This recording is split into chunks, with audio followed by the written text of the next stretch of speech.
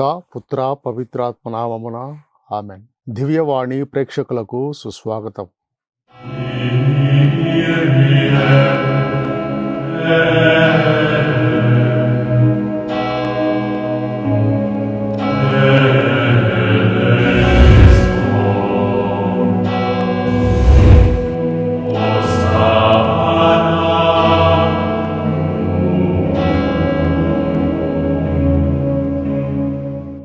ఇప్పుడు ఆత్మ సంబంధమైన కార్యాలేవో పౌలు గారు చాలా నిక్కచ్చిగా చెబుతూ ఉన్నారు. పౌలు గారు గలతీయులకు వ్రాసిన పత్రిక 5వ అధ్యాయము 22వ వచనం నుండి మనం చూసుకుంటే, కానీ ఆత్మఫలములు ఏవన ప్రేమ, ఆనందం, శాంతి, సహనము, దయ, మంచితనము, విశ్వసనీయత, సాత్వికత, నిగ్రహము, ఇవన్నీ కూడా ఆత్మఫలములు. వీటిని మనం అనుభవంలోకి తెచ్చుకున్నప్పుడు, వీటిని మనం అభ్యసించేటప్పుడు కొన్నిసార్లు అంత ఆకర్షణీయంగా ఉండకపోవచ్చు. ఇప్పుడు నిగ్రహము, నీవు శ్రమల కాలంలో ఉపవాసాలు ఉంటున్నావు నిక్కచ్చిగా, నువ్వు బాగా ఉపవాసం ఉన్నప్పుడు, బాగా ఆకలికి ఉన్నప్పుడు, నీకు ఇష్టమైనటువంటి పదార్థం ఏదో వంటగదిలో గుమాయించి ఆ మసాలాలు, ఆ వేపుళ్ళు అవన్నీ నీ నాసికా పుటాలకు సోకింది.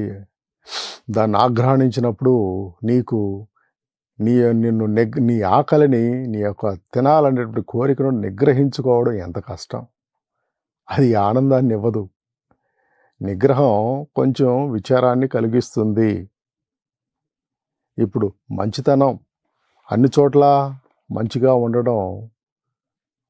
ఉండడం, ఎల్లప్పుడూ మంచిగా ఉండడం అనేది అంత ఆనందకరమైన విషయం కాదు. మంచితనంగా నువ్వు సదాకాలం ఉండాలంటే అది నీకు విచారాన్ని కూడా కలిగిస్తుంది, నీకు కష్ట పరిస్థితులను తీసుకొస్తుంది. కానీ అదంతా మొదట్లో. తర్వాత ఈ విచారానుభూతి తరువాయి క్రమేపీ ఆనందానుభూతిగా మారుతుంది. ఈ విషయాన్ని మనం గుర్తుపెట్టుకోవాలి. ప్రియ సహోదరి సహోదరులారా, ఆత్మఫలములు మొట్టమొదట కొంచెం విచారానుభూతిని కలిగించినా కానీ తర్వాత ఆనందానుభూతిని కలిగిస్తాయి. కానీ శరీర కార్యాలు మొట్టమొదట ఆనందానుభూతిని కలిగించినా కానీ అవి తుదకు కడకు విచారానుభూతిని కలిగిస్తాయి అని మనం తెలుసుకోవచ్చు. ఇప్పుడు ఈ లక్షణాలు, దుష్టాత్మ, సదాత్మ, ఈ లక్షణాలను ఎలాగ మనం తెలుసుకోవాలి? ఇప్పుడు పాలు, నీళ్లు, వాటి లక్షణాల గురించి మనకు తెలుసు. పాలు వేడి చేస్తే పొంగుతుంది, అందులో సేవరేస్తే పెరుగులాగా గడ్డగడుతుంది.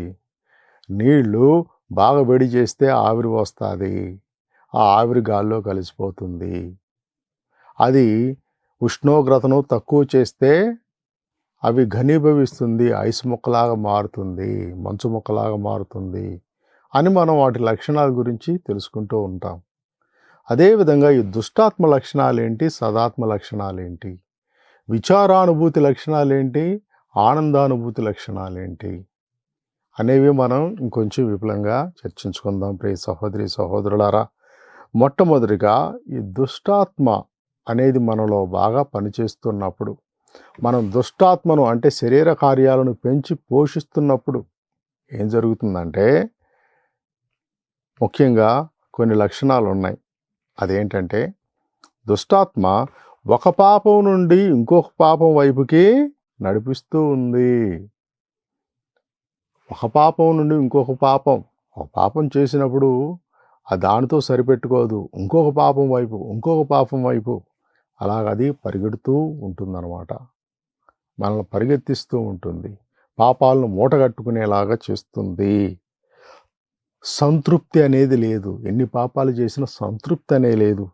అందువలనే మామూలుగా ఒక దురలబాటు ఉన్నవాళ్ళు క్రమేపీ ఇతర దురలవాట్లు కూడా నేర్చుకోవడానికి ఆస్కారం ఉంది అని మనం తెలుసుకుంటూ ఉన్నాం. ఉదాహరణకు త్రాగుడు ఉన్న వాళ్లకు దొంగతనం రావచ్చు, తర్వాత ఇంటిని పట్టించుకోకుండా ఆస్తులను తెగనమ్ముకోవచ్చు, వాళ్ళకు జూద వ్యసనం కూడా ఉండవచ్చు, వ్యభిచారం కూడా ఉండవచ్చు. ఇవన్నీ కూడా ఒక గొలుసు కట్టులాగా మనిషిని ఒక ఊబిలోకి నెట్టేస్తాయి, అధః పాతాళానికి నెట్టివేస్తాయి అని మనం తెలుసుకోవచ్చు. ప్రియ సహోదరి సహోదరుల, ఇదే సమయంలో సదాత్మ ఏం చేస్తుందంటే, సదాత్మ లక్షణాన్ని ఎలా గుర్తించుకోవచ్చు అంటే, ఇలా ఒక పాపం చేసినప్పుడు, ఒక పాప కార్యాన్ని మనం చేసినప్పుడు సదాత్మ మన అంతరాత్మ గద్దిస్తుంది మనలను. అంతరాత్మ మనలో ఒక ములులాగా గుచ్చుకుంటుంది, ప్రిక్ ఆఫ్ కాన్షియన్స్ అంటారు. ఇంకా అంతరాత్మ మనను ప్రశ్నిస్తుంది, హెచ్చరిస్తుంది, గద్దిస్తుంది. ప్రియ సహోదరి సహోదరులారా, కానీ మనం ఎప్పుడైతే ఈ అంతరాత్మ గద్దింపు వింటామో అప్పుడు ఆ పాపకార్యం నుంచి బయటపడటానికి మనం శాయశక్తులా ప్రయత్నించాలి. లేక అంతరాత్మను నోరు నొక్కేసి మన పాపకార్యాలు మనం చేసుకుంటూనే వెళ్ళిపోతాం. ప్రియ సహోదరి సహోదరులారా, ఇంకా అది దుష్టాత్మ కార్యము. సదాత్మ కార్యం ఏం చేస్తుందంటే, ఒక మంచి కార్యం తర్వాత ఇంకా మంచి కార్యాల వైపు మనస్సును పురికొల్పుతుంది. ప్రేమ కలిగినటువంటి జీవితం, ఆత్మీయ జీవితం జీవించేవారు ఒక మంచి కార్యం చేసిన తర్వాత ఇంకొక మంచి కార్యం, ఇంకా మంచి కార్యం, ఆ విధంగా వాళ్ళు చేసుకుంటూ పోతారు. ఇతరులకు సహాయం చేస్తూ ఉంటారు. సహాయం చేసినట్లుగా డప్పాలకు పట్టుకోరు, కానీ వాళ్ళు ఇతరులకు తమ శక్తి మేరకు సహాయం చేస్తూ ఇంకా ఆ సహాయం చేసే పరిధిని పెంచుకుంటూ పోతూ ఉంటారు. ఉదాహరణకు ఉదారత్వం, ఔదార్య గుణాలు ఇవన్నీ కూడా పెరుగుతూ ఉంటాయన్నమాట. అయితే ఒక మంచి కార్యం ఇలా చేసినప్పుడు సదాత్మ, దుష్టాత్మ కూడా ఉంటుంది కదా, అది ఊరుకోదు. అదేం చేస్తుందంటే కపట కారణాలు చెబుతుంది. దుష్టాత్మ అనేది కపట కారణాలు చెప్పి మంచి కార్యాలను ఆగేలాగా చేస్తుంది. ఏ విధంగా? ఒక ఉదాహరణకు చూసుకుంటే, ఇప్పుడు కొంతమంది దయాద్ర హృదయంతో ఉన్నారు, ఔదార్య గుణాలు ఉదారత్వం కల్లా వాళ్ళు ఉన్నారు. అప్పుడు దుష్టాత్మ ఏం చెబుతుందంటే, నీ పిల్లలు ఆకలికి అల్లాడుతుంటే వీధి బాలలకు బిర్యానీలు కొనిపించాడంట ఎవరో ఒక ఆయన తన సొంత పిల్లలు ఆకలికి అల్లాడుతుంటే వాళ్ళ ఆకలిని పట్టించుకోకుండా వీధి బాలలకు బిర్యానీలు కొనిపెట్టాడంట అని చెప్పేసి దుష్టాత్మ ఖండిస్తుంది. అరే బాబు, ముందు నీ కొంప, నీ పిల్లలు, నీ సంసారం ఇదంతా చక్కగా ఉండేట్టు చూసుకో. నీ అవసరాలు తీరిన తర్వాత ఇతరుల అవసరాల గురించి పట్టించుకో. కానీ సదాత్మ ఆ విధంగా ఉండదు. ఒక ఔదార్య గుణం నుంచి ఇంకొక పుణ్యకార్యం వైపు నడిపిస్తూ ఉంటుందని మనం చూసుకోవచ్చు.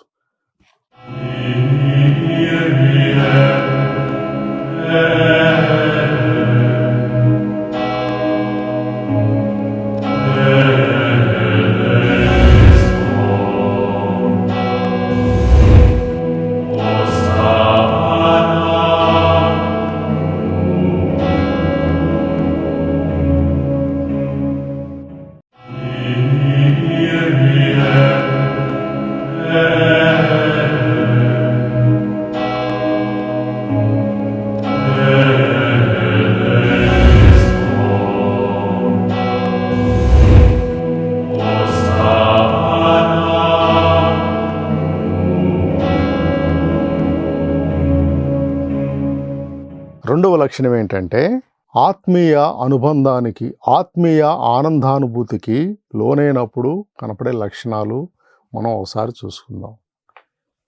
ఆత్మీయ ఆనందానుభూతికి లోనైనప్పుడు అంటే కాన్సోలేషన్, దానికి మనం లోనైనప్పుడు కనిపించే లక్షణాలు ఏముంటాయంటే, మనం ప్రార్థన చేసేటప్పుడు ఈ సదాత్మ దుష్టాత్మల చలనాలు ఉనికిని తేలిగ్గా పసిగట్టేస్తాయి. ఒక కార్యం చేసేటప్పుడు సదాత్మ దాన్ని ప్రేరేపిస్తుందంటే ఓహో అది మంచి కార్యం, దుష్టాత్మ దాన్ని ఆపుతుందంటే అది సదాత్మ కార్యం అని మనం తెలుసుకోవాలి. ఈ విధంగా దుష్టాత్మ సదాత్మల మధ్య తేడాను ఉనికిని వెంటనే మనం పసిగట్టవచ్చు.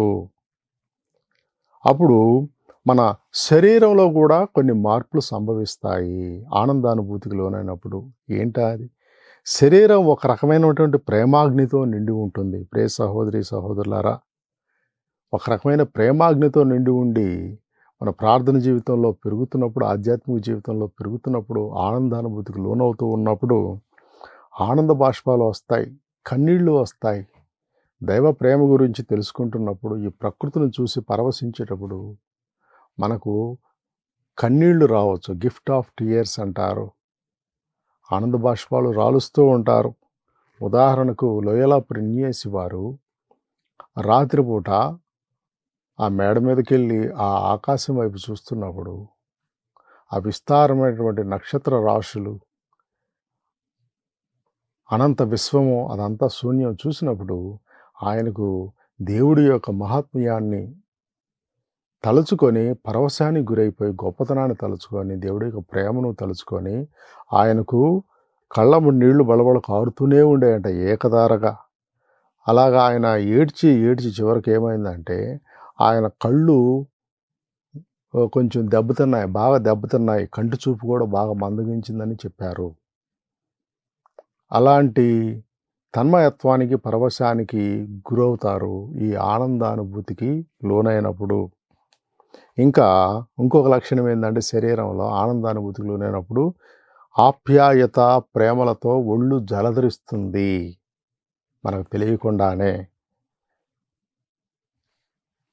ఇంకా ఆనందానుభూతికి లోనైనప్పుడు మన మనస్సు ఎలా ఉంటుందంటే విశ్వాస అభివృద్ధి జరుగుతుంది, విశ్వాసం ఇంకా బలపడుతుంది, దృఢపడుతుంది. నిరీక్షణ, ప్రేమ, ధైర్యం, నమ్మకం ఇంకా పెరుగుతూ ఉంటాయి. ఈ లక్షణాలన్నీ కూడా ఒక ఉదాహరణతో మనం విపులీకరించుకోవచ్చు. మదర్ తెరేసా గారు ఉన్నారు, పునీత మదర్ తెరేసా గారు. ఆవిడలో విశ్వాసాభివృద్ధి, నిరీక్షణ, ప్రేమ, ధైర్యం, నమ్మకం ఈ లక్షణాలు ఎలా ఆమెలో పుణికిపుచ్చుకున్నాయంటే మదర్ తెరేసా గారు కేవలం చేతిలో 5 రూపాయలతో ఒక మఠ సభను ప్రారంభించారు. 5 రూపాయలతో ఒక మఠ సభను ప్రారంభించడం అంటే మాటలా? అగమ్యగోచరంగా ఉంటుంది. ఏం తెలియచేయాలో తెలియక గందరగోళంగా ఉంటుంది. కానీ కేవలం దైవ కృప మీద ఉన్న అపారమైనటువంటి నమ్మకంతో మదర్ తెరేసా గారు తన మఠ సభను ప్రారంభించారు. దిక్కు ముక్కు లేని వారిని సేవ చేయడానికి, ఆదరించడానికి కంకణం కట్టుకున్నారు. అప్పటి నుంచి ఇప్పటి వరకు కూడా మదర్ తెరేసా మఠ సభ్యులు కేవలం భిక్షాటన మీదే వాళ్ళు జీవిస్తూ ఉంటారు. వాళ్లకు కాలేజీలు, స్కూళ్ళు, ఆసుపత్రులు ఏం లేవు. వాళ్లకు పైసా ఆదాయం ఎక్కడి నుంచి రాదు. కేవలం వాళ్ళు భిక్షాటన మీద, దైవకృప మీద, ఇతరులు ఇచ్చే చందాల మీద వారు వాళ్ళ గృహాల్లో ఉండేటువంటి ప్రజలు, పిల్లలు వీళ్ళందరూ కాలం గడుపుతూ ఉంటారు. ప్రతి రోగిలో, అనాథ శిశువుల్లో, ప్రజలలో కూడా మదర్ తెరేసా గారు క్రీస్తుని దర్శించింది. క్రీస్తుకు సేవలు చేస్తున్నట్లే చేస్తూ ఉంది. అది ఆవిడ ప్రేమకు ఒక గొప్ప సంకేతము.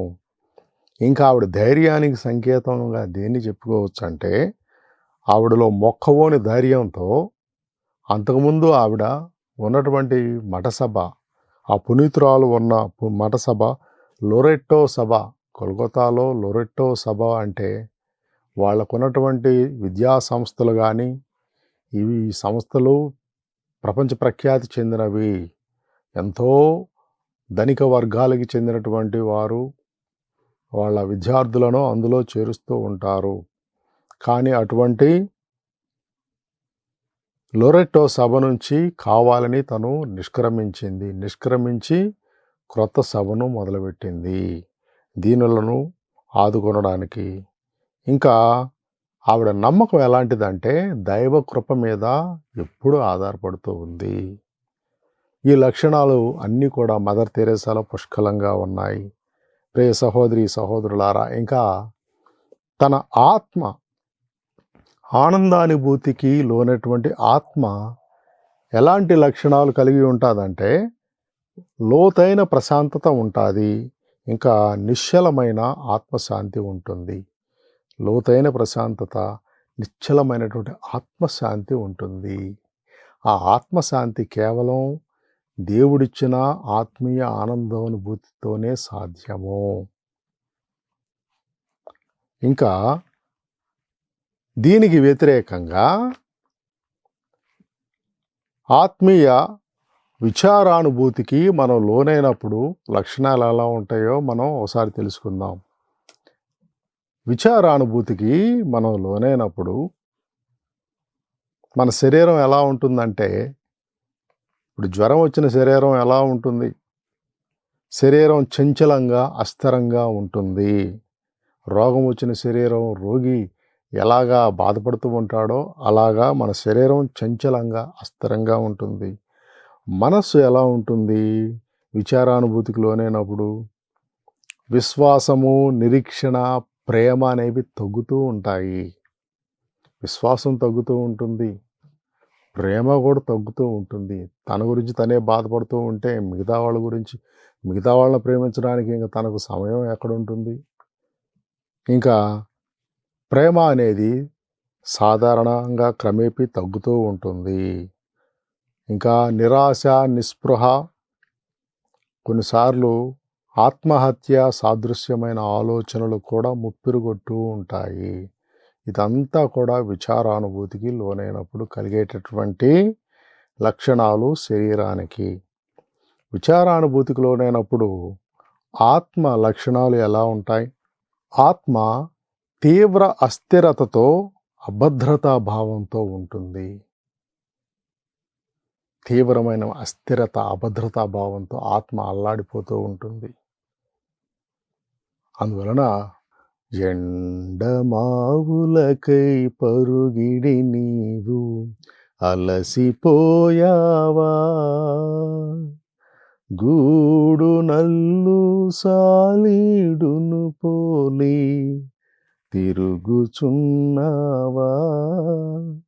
ముడివేయుముని ఇడుములనన్ని మూటగా కట్టి, ఇడుమది యేసుని పదముల చెంత తావుగా పట్టి, ఇడుమది యేసుని పదముల చెంత తావుగా పట్టి, సర్వమును సమర్పించు, సర్వము యేసునకే సమర్పించు, విరిగిన మనసు, చెదరిన కలలు, స్థిరమది చిత్తముతో, సర్వమును సమర్పించు, సర్వము యేసునకే సమర్పించు, పారద్రోలును నీ వెతలన్నీ కూర్చును సంతోషం, పారద్రోలును నీ వెతలన్నీ కూర్చును సంతోషం అని ఒక భక్తుడు ఈ విధంగా పేర్కొన్నాడు. నీ యొక్క సర్వాన్ని, విరిగిన మనసును, చెదిరిన కలలను, నీ కష్టాలన్నింటినీ ఒక మూటగా కట్టి ప్రభువు చెంత, పాదాల చెంత పెట్టు, సర్వాన్ని ప్రభువుకు సమర్పించు. అప్పుడు దేవుడు యేసయ్య నీకు స్వాంతననిస్తాడు, సంతోషాన్ని సమకూరుస్తాడు అని ఈ రచయిత చెబుతూ ఉన్నాడు. ప్రియ సహోదరి సహోదరులారా,